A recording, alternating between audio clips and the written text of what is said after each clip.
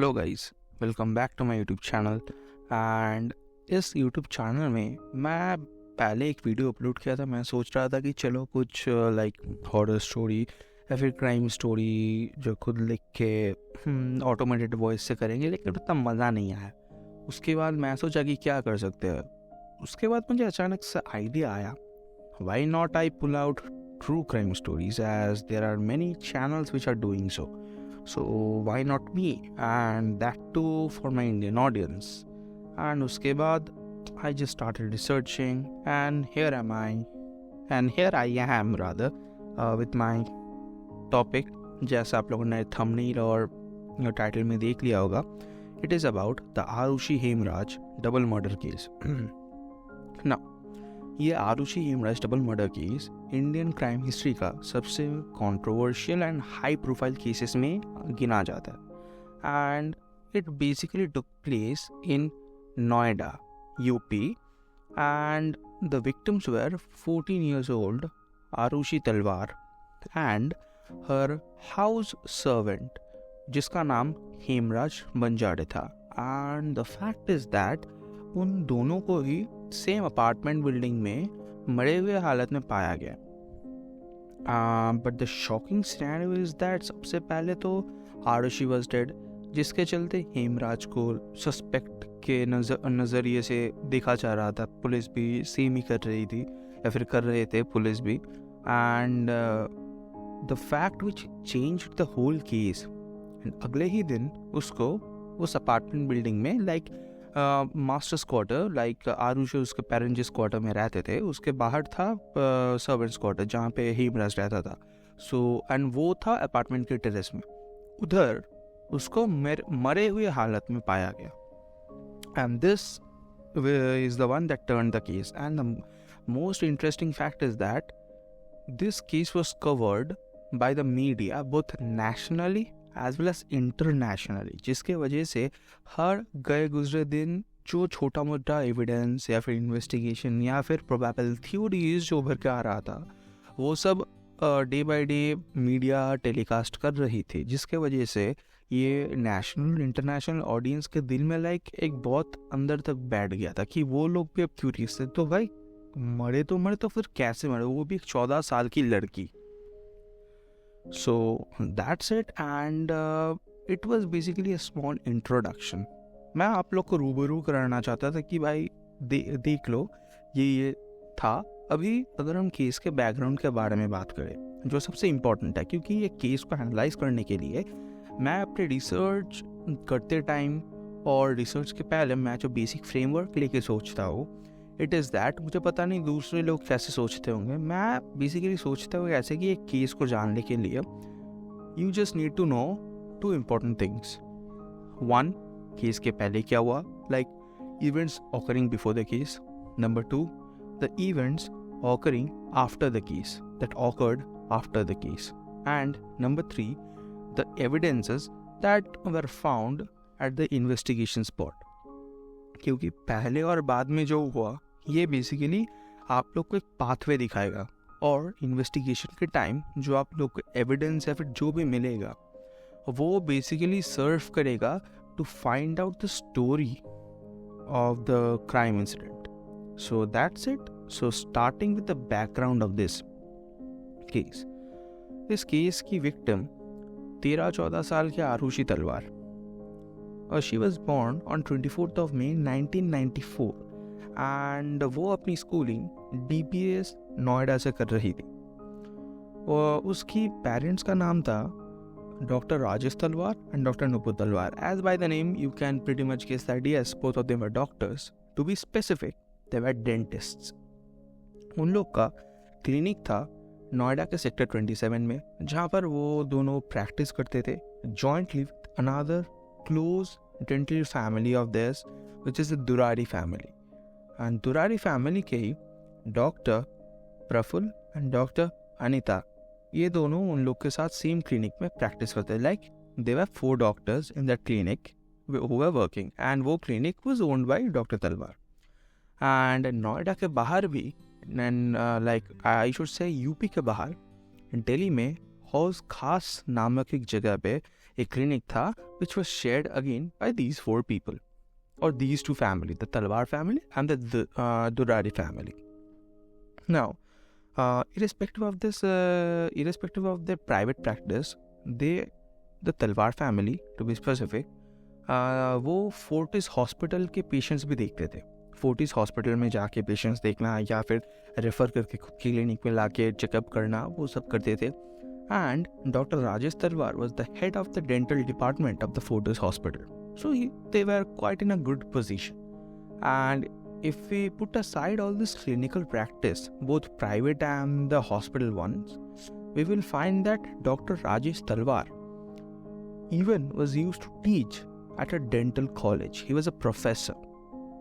And this college was basically at Greater Noida, and it is even standing till today, a good college. It is the ITS Dental College. And by this, आप लोग समझ सकते हो कि they were quite on the wealthier side. Like there was no reason कि वो लोग खुद के ही बेटी को मार दे to get any kind of inheritance from our grandfather or grandmother or any kind, or to get any kind of ailment money from their daughter themselves. Like there can be a number of probabilities that why she was killed, but money was not the factor as they were quite rich themselves. And अगर हम बात करें कि वो कहाँ रहते थे, they were living quite close to their clinic, like not much की 2-3 घंटा दूर. उन लोग like their clinic was in sector 27 Noida, and उन लोग का अपार्टमेंट था सेक्टर 25 नोएडा में. So probably a traversable distance. So this was all. And if we basically talk about the house servant who was also found murdered but was an initial suspect at the beginning of the case, his name was Yam Prasad Banjade, and popularly इस case के regarding he was known as the Hemraj Banjade. As I said, तलवार family के domestic help भी थे वो, like बाजार करके लाना, घर में क्या कुछ चीज़ लाइक ये बल्ब ख़राब हो गया तो इसको ठीक करवाने के लिए किसी को इलेक्ट्रिशियन बुला के लाना, प्लम्बिंग सब वगैरह वगैरह काम देखना. क्योंकि एज यूजुअल डॉक्टर नूपू तलवार was obviously busy because she was the doctor and was working from morning till evening, and बस रात को वो रेस्ट करने के लिए घर में आती थी. So obviously they need someone to look after the house, and it was none other than Hemraj Banjade. And he was also a good cook, बहुत अच्छा खाना वाना बनाता था वो Hemraj. And Hemraj basically belonged from the Dharapani village in the Arghakhanchi district of Nepal. And अगर हम बात करें कि वो लोग कैसे अपार्टमेंट में रहते थे, like to give a briefing of their like what I should say their apartment structure, then it is that वो लोग एक 3 बेडरूम अपार्टमेंट में रहते थे. Obviously, the servants' quarter was separate, as I told earlier in the video. Dr. Rajesh and Dr. Nupo had a master's bedroom, and just beside her room was a little Aarushi's room. She got a private room, and servants' quarter, as I said, बाहर था ऊपर छत पे. So that was it. And if we talk about the details of the murder, this murder took place on 16th of May 2008. And as I said before, कोई भी case को समझने के लिए the most important thing is what happened before, what happened after, the investigation report, forensic report, and the evidence found on the spot of the crime.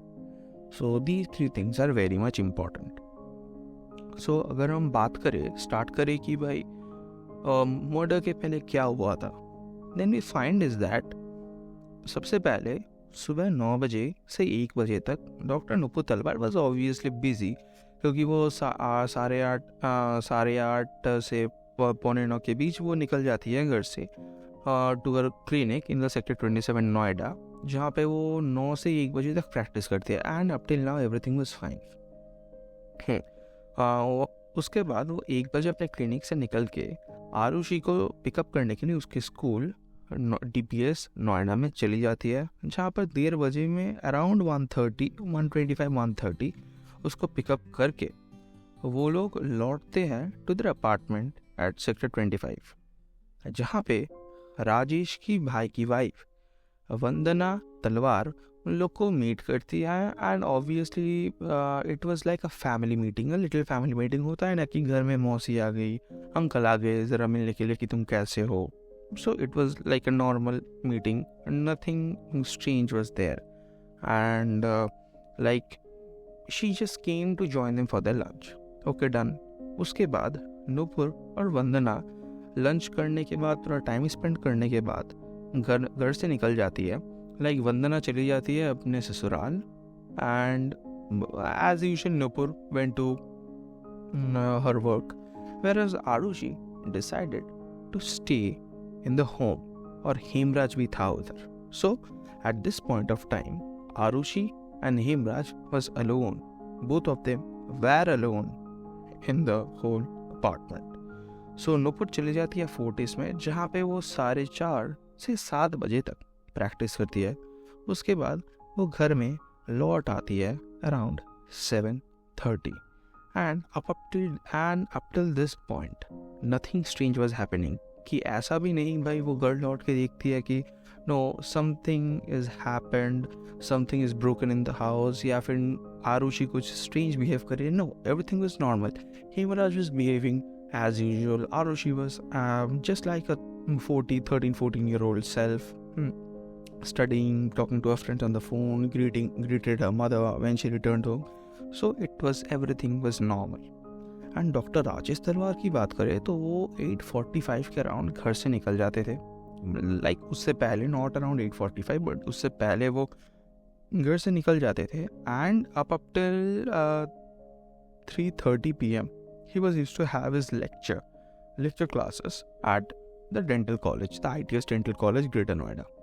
उसके बाद वो वहाँ से निकल के क्लिनिक पर जाते थे जहाँ पे वो 8:30 बजे तक प्रैक्टिस करते थे.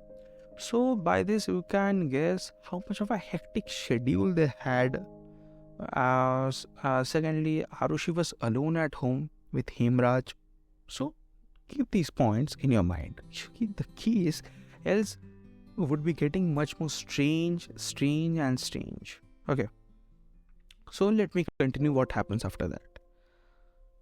राजेश उसके बाद उसके ड्राइवर, राजेश को उसके बाद उनके ही ड्राइवर उनीश शर्मा उसको अपार्टमेंट पे लाइक 8:45 के अराउंड रात को उसको पिकअप कर लिया उसके लाइक क्लिनिक से फ्रॉम सेक्टर 27 और 9:15-9:30 के अंदर उसको उसके अपार्टमेंट सेक्टर 25 नोएडा में ड्रॉप कर दिया. और ड्रॉप करने के बाद as usual what happens was that Rajesh apartment में चले जाते हैं एंड कार का कीज और राजेश का बैग लेके ओनेश बाद में ऊपर अपार्टमेंट में देने के लिए जाता है बिफोर लीविंग. और one point two note is that they didn't have a garage. So apartment के नीचे पास में ही गाड़ी को पार्क किया जाता था. ओके, सो राजेश गाड़ी से निकल के ही रूम में चले जाते थे अपने अपार्टमेंट में, और गाड़ी को पार्क करके उसका bag, everyday routine it was that कि गाड़ी को पार्क करके ओनेश उनका बैग और कीज लेके रूम में देने चले जाते थे. And when he went to the room और went to the apartment, it was the he gave the car keys and the bag to Onesh. उसके बाद ऊपर अपार्टमेंट में जाके कार कीज और जो बैग था डॉक्टर राजेश का वो दे देते हैं to Hemraj. And there he saw कि doctor Rajesh was obviously freshening up, was coming out of the room or somewhat, and near the dining table as usual Dr. Nupo was sitting along with her daughter Aarushi. And ye Onish was the last outsider who saw Aarushi and Hemraj. So murder se pehle ye Onish Sharma was the only one who saw them, like Aarushi and Hemraj. And इसके बाद as usual they take some rest. हाँ, आरुषि भी अपने घर में थोड़ा पढ़ाई करती है. एंड उसके बाद they like came out of the room and started to have dinner at night. So dinner करने के बाद आरुषि उसके रूम में फिर से चली जाती है. उसका थोड़ा काम रहता है स्कूल का या फिर ट्यूशन का, तो वो करने लगती है वो. And like good warm thing which was cooking here was that कि आरुषि की मम्मी नूपुर उसके लिए एक गिफ्ट खरीद के रखी थी which was a Sony DSC W130 digi camera. And doctor Rajesh और नूपुर ने सोचा था कि ये उसके बर्थडे के दिन उसको दे के थोड़ा सरप्राइज करेंगे, क्योंकि she was quite keen to have a camera from a very young age and she wanted to click photos. So they thought कि उसके बर्थडे में उसको ये एज अ प्रेजेंट देंगे तो अच्छा लगेगा. But none other than Dr. Nupur was a mother herself and she was quite curious to give it to her quite earlier, क्योंकि वो बहुत दिनों से वो like उसको चाहिए था. And she was also like very keen on having a camera to click, so that she could click some photos. So Nupur doctor Rajesh को परसुएट करती है एंड वो कैमरा उसको उसी रात दोनों रूम में जाके दे आते हैं. तो Nupur was quite happy and वो कैमरा मिलने के बाद like any child would do, वो कैमरा लेके पिक्चर्स क्लिक करना स्टार्ट कर देती है. हाँ, वो बहुत सारे फोटोज क्लिक करते हैं and the last photo she clicked was around 10:10-15 last photo click किया जाता है. तो उसके बाद वो कैमरा को लेके रख देती है एज यूजुअल. उसके बाद आरुषि के पेरेंट उनके बेडरूम में थोड़ा रेस्ट करते हैं after long day work as usual. हम में से कोई भी थक जाएगा इतना दौड़ भाग करने के बाद, क्योंकि क्लिनिक प्रैक्टिस, हॉस्पिटल प्रैक्टिस, उसके बाद लाइक पढ़ाना, सो घर के काम, everything. So obviously they were resting and Rajesh Nupur से डॉक्टर नूपुर को कहती है कि सर राउटर चला दो कि I want to surf the internet. So Nupur Aarushi के रूम में आती है राउटर चलाने के लिए and then she was reading Chetan Bhagat the 3 mistakes of my life. उसके बाद नूपुर अपने रूम में चली जाती है. राजेश उसके बाद वो इंटरनेट में वो स्टॉक मार्केट को लेकर थोड़ा सर्व करने लगता है कि he was looking and was thinking something about his portfolio and all. और थोड़े बहुत वो ईमेल्स भी सेंड कर रहे थे उस टाइम, थोड़ा काम थोड़ा साइड में स्टॉक मार्केट भी वो देख रहे थे. एंड अराउंड मिडनाइट आरुषि की एक फ्रेंड अनमोल उसको कॉल करने का कोशिश करता है. आरुषि को कॉल करने का कोशिश करता है on mobile, but she was not picking up and so he tried on the Talwar families landline. Again, no one picked it up. So 12:30 बजे वो उसको एक SMS करता है, आरुषि को एक SMS करता है, but somewhat Arushi's phone didn't receive it. So he didn't know that what she was doing, क्योंकि Arushi was used to be awake at this time and generally she was used to talk to her friends over SMS or phone call. So Anmol didn't know. Anmol thought that कि चलो कोई नहीं, हो ही सकता है भाई, 13-14 साल के बच्चे हैं, तो उसने सोचा कि चलो सो गई होगी. सो उसके बाद based on CBI's investigation router 12-8 बजे तक लास्ट चला था and also there investigation shows कि ये जो मर्डर था it happened between 12 to 1 PM. So यहाँ से आप लोग एक चीज़ सोच ही सकते हो कि even though she was alone at her home when Nupur went out with Vandana after the lunch, nothing happened, she was fine, even though she was alone at home with their house servant Hemraj.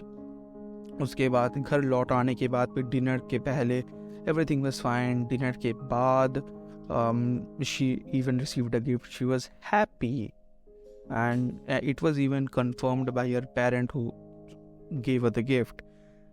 लेकिन उसके बाद To be continued, like for part 2.